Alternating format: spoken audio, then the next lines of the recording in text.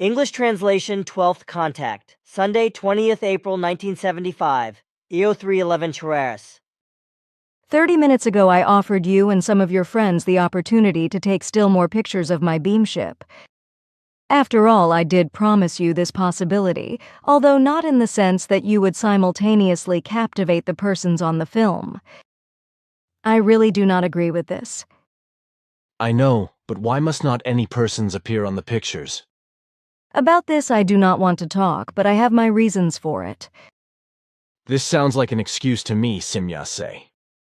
I suppose you are right, because that is probably what one calls it. I thought that we always want to play with our cards on the table. Sure, but I do not want my mode of action to get you into trouble.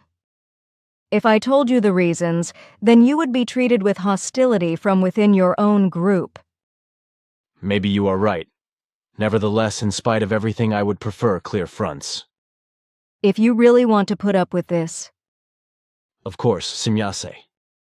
If you think so and like to take responsibility for it, then good. It is fundamentally of no importance to me if you capture persons on the film as witnesses.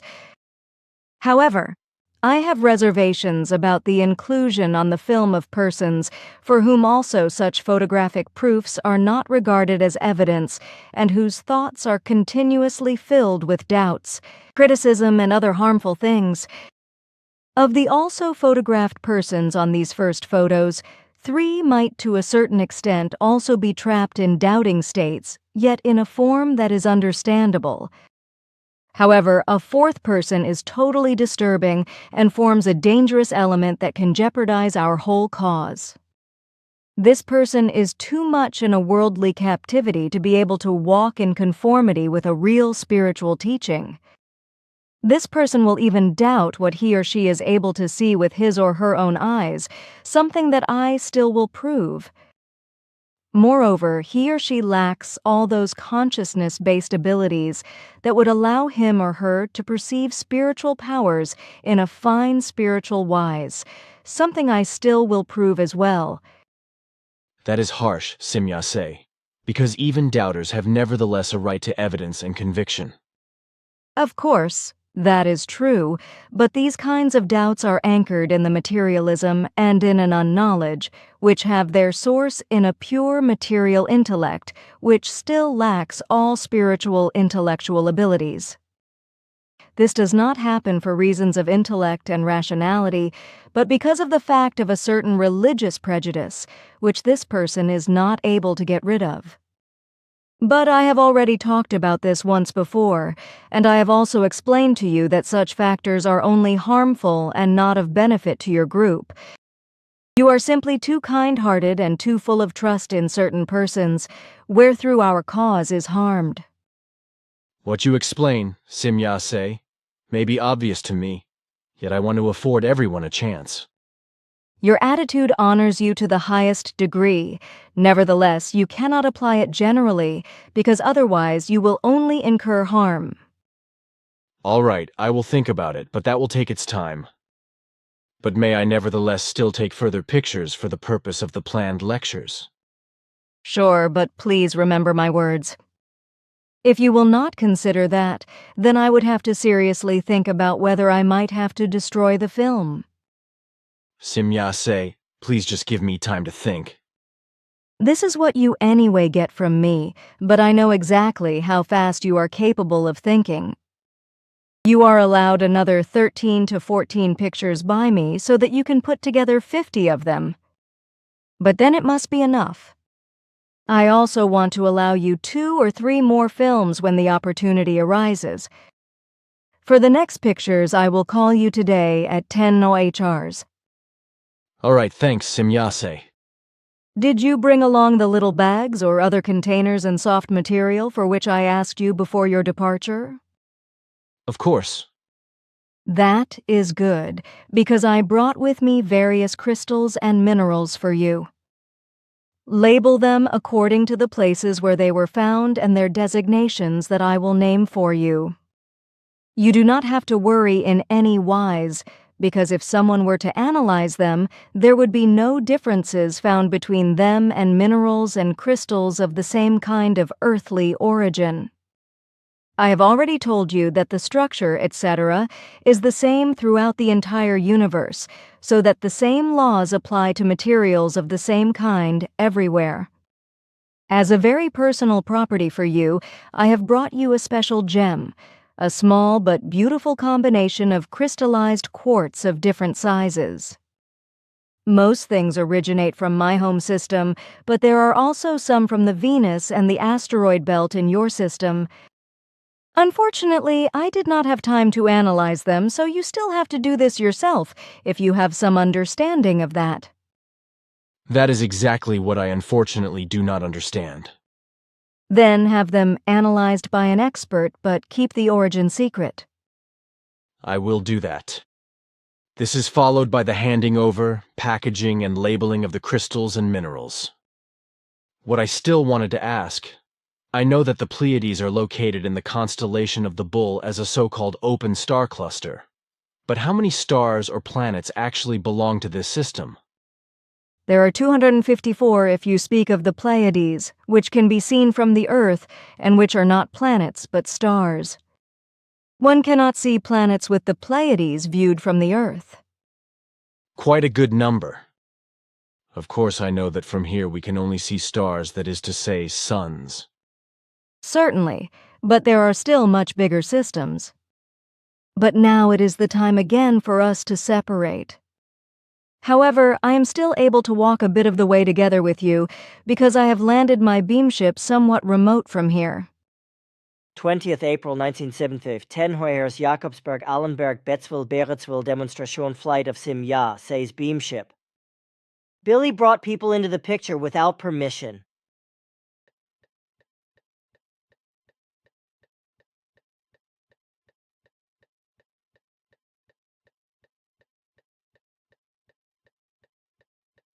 Two ships are visible in the photo, but it is only one ship.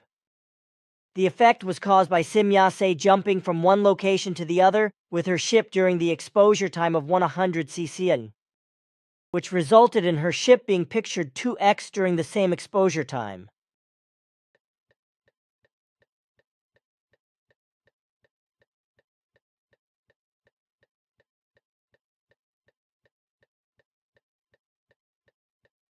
Additional explanations by thought transmission on Monday, 21st April 1975, E9:37 HRs. I am not exactly delighted about the previous day, because in spite of my remarks you took the further photos again in such a manner that inappropriate persons were also imaged. In fact, I now have to seriously consider whether I should destroy the film, to the extent that these persons are captured. I really do not have the slightest objection to 3 of your closest friends and 2 of your children, but I do object to the fact that there are already 3 dangerous factors co-exposed on these pictures. The material intellect of the 3 is so weakly developed that they are not able to think and act spiritually intellectually in the slightest form.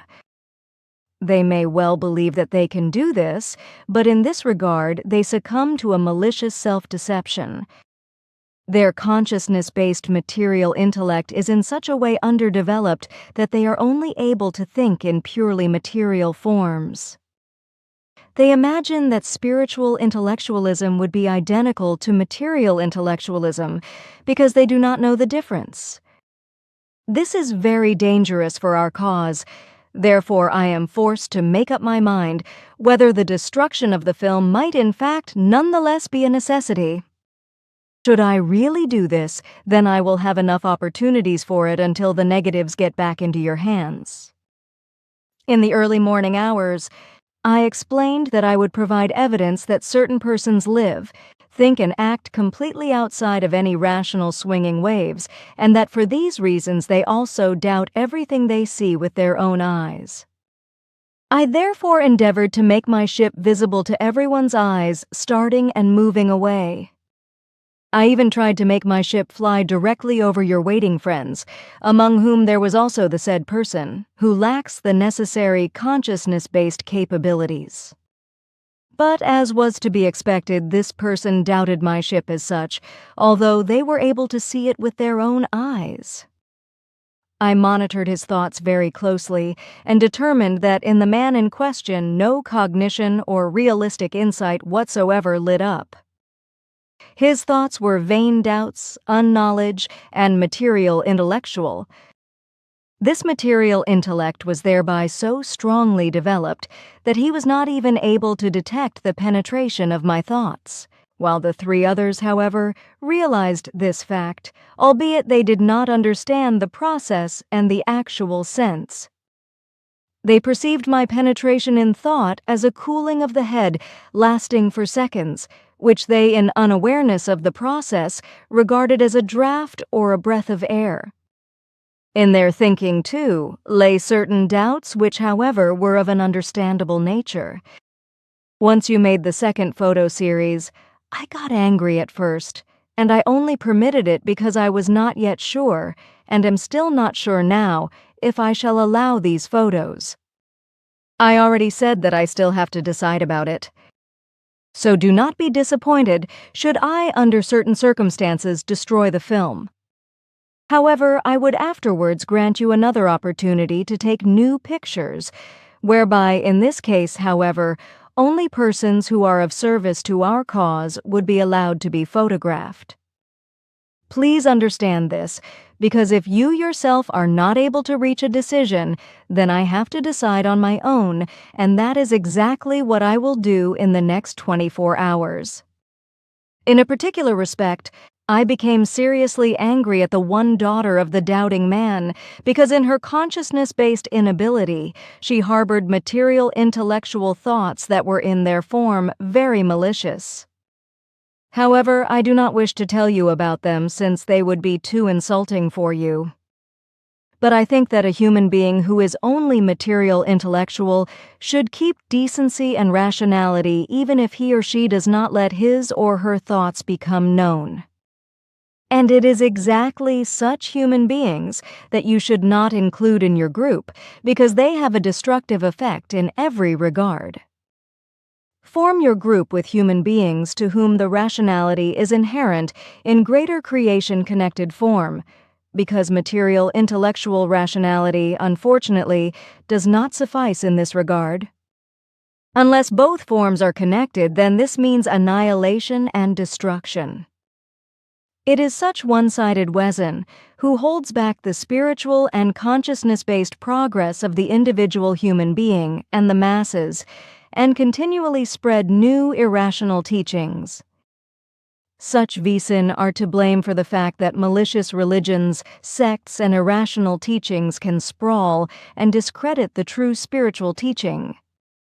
Several times have I already explained the how, where, and why of the visibility of my ship and the exclusive contact with you. In spite of these facts, however, the rationality is not able to prevail in the mentioned persons who think solely materially intellectually. They continually criticize my orders and do not try to understand my reasons and mode of action. Their irrationality and the same unintellect do not allow them to realize the fact that in their mode of thinking they will never achieve spiritual and consciousness-based progress in this life, and that they are therefore, in as far as our cause is concerned, far removed from any knowledge, any task, and any competencies. They themselves do not understand their constant questions and critical doubts, which are directed in the same direction, and therefore they do not understand everything that I have already said and explained about them several times. And so they also cannot understand that irrationally based Gewalt can only be broken by reason-based Gewalt, and this is exactly what I will have to do now.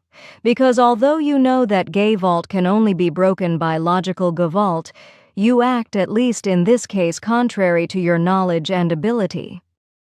You know very well that such doubter persons are in every regard unhelpful to our cause, but nevertheless you have not excluded them from your group. Therefore I see myself forced to use a form that precludes all non-pertinent things. I therefore enact the instruction that you may no longer inform the said persons about the things and occurrences of our contacts.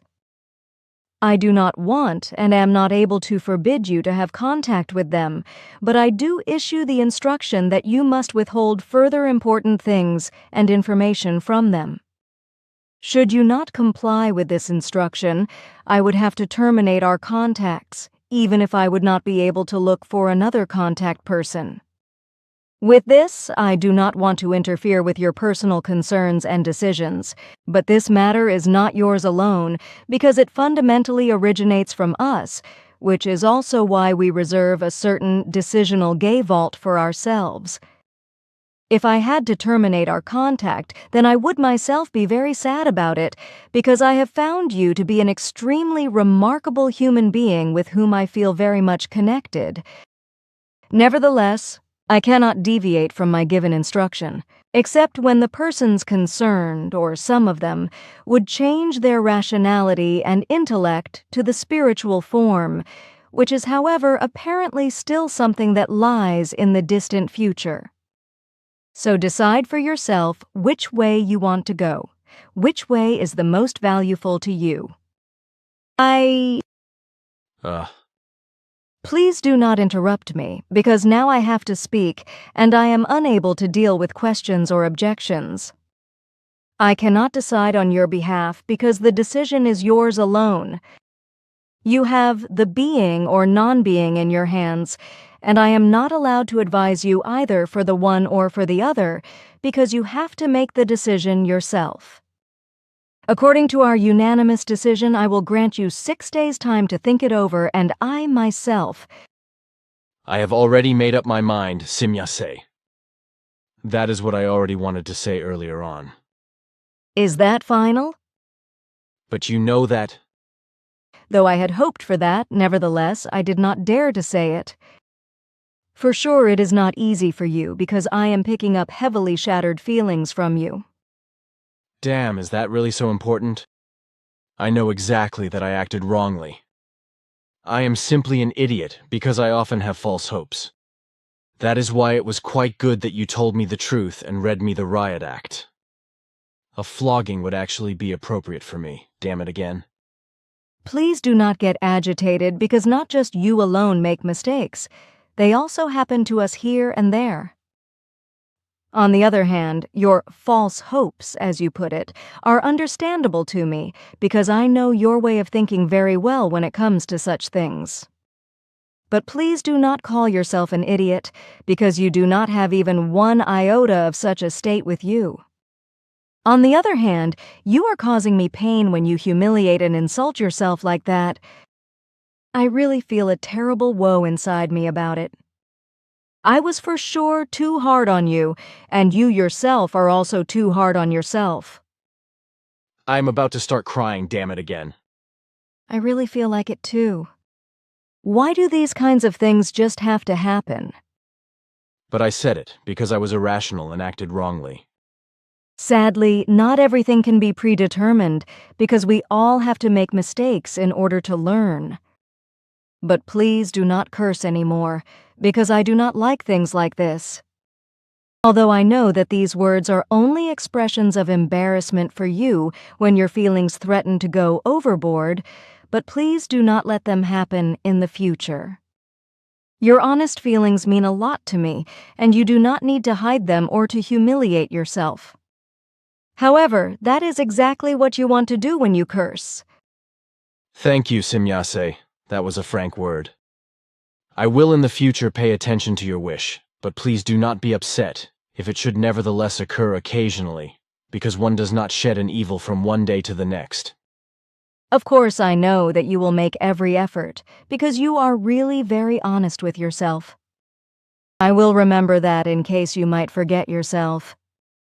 But now, I would still like to briefly give you a comment on the book you lent me yesterday morning. I have already strived for a part of it. In principle, I find the work partly very valuable, whereas other parts pervert, however, again, very much in the negative sense. The author of the book is not able to see clearly in himself because he turns fantasy, irrational teachings and reality into a single complex.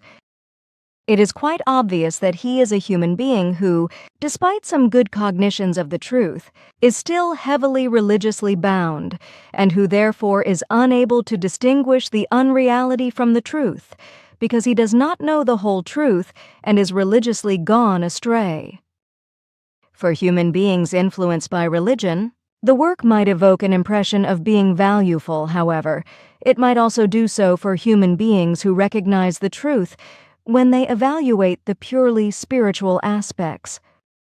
The impression of religious valuefulness means the usual irrational teaching, while the spiritual aspects are really valueful.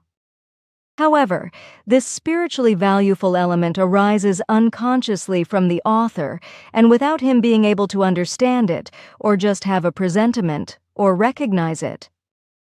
However, as the earthly humankind now consists predominantly of human beings influenced by religion, the book means another work of irrational teachings that will take its toll millionfold, just like the religious books themselves. I am unable to explain more about this at this moment because I have not yet completely worked through it.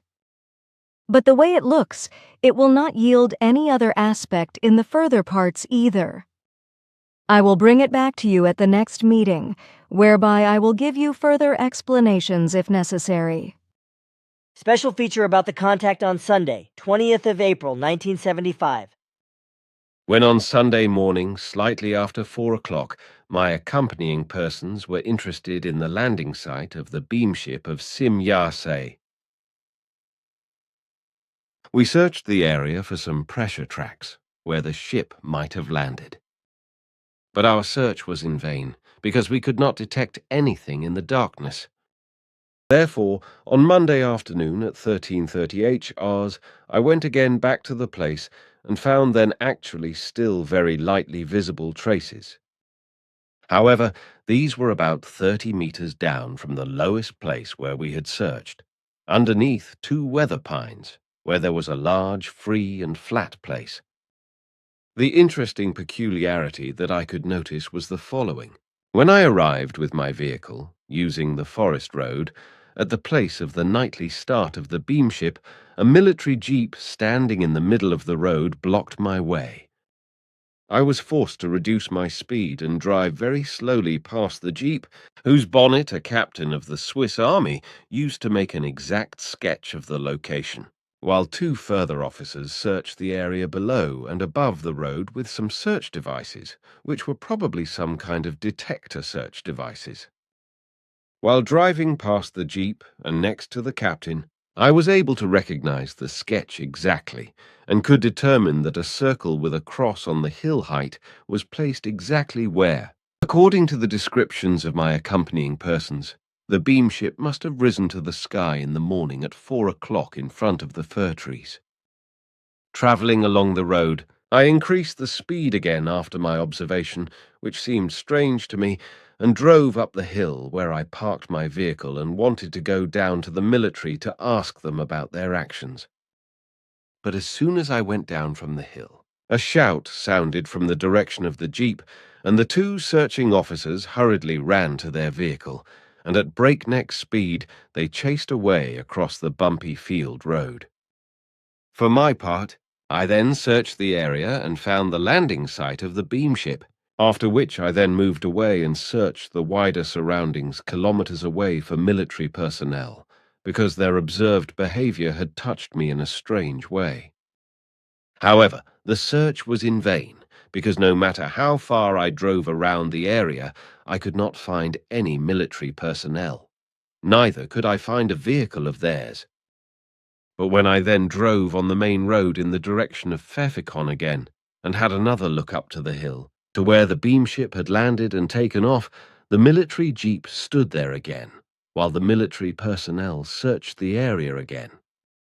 I quickly turned around and drove back to the hill, but only got as close as 100 mephiles to the jeep when the same game was performed as already done during my first appearance. The military personnel rushed to their vehicle and sped away.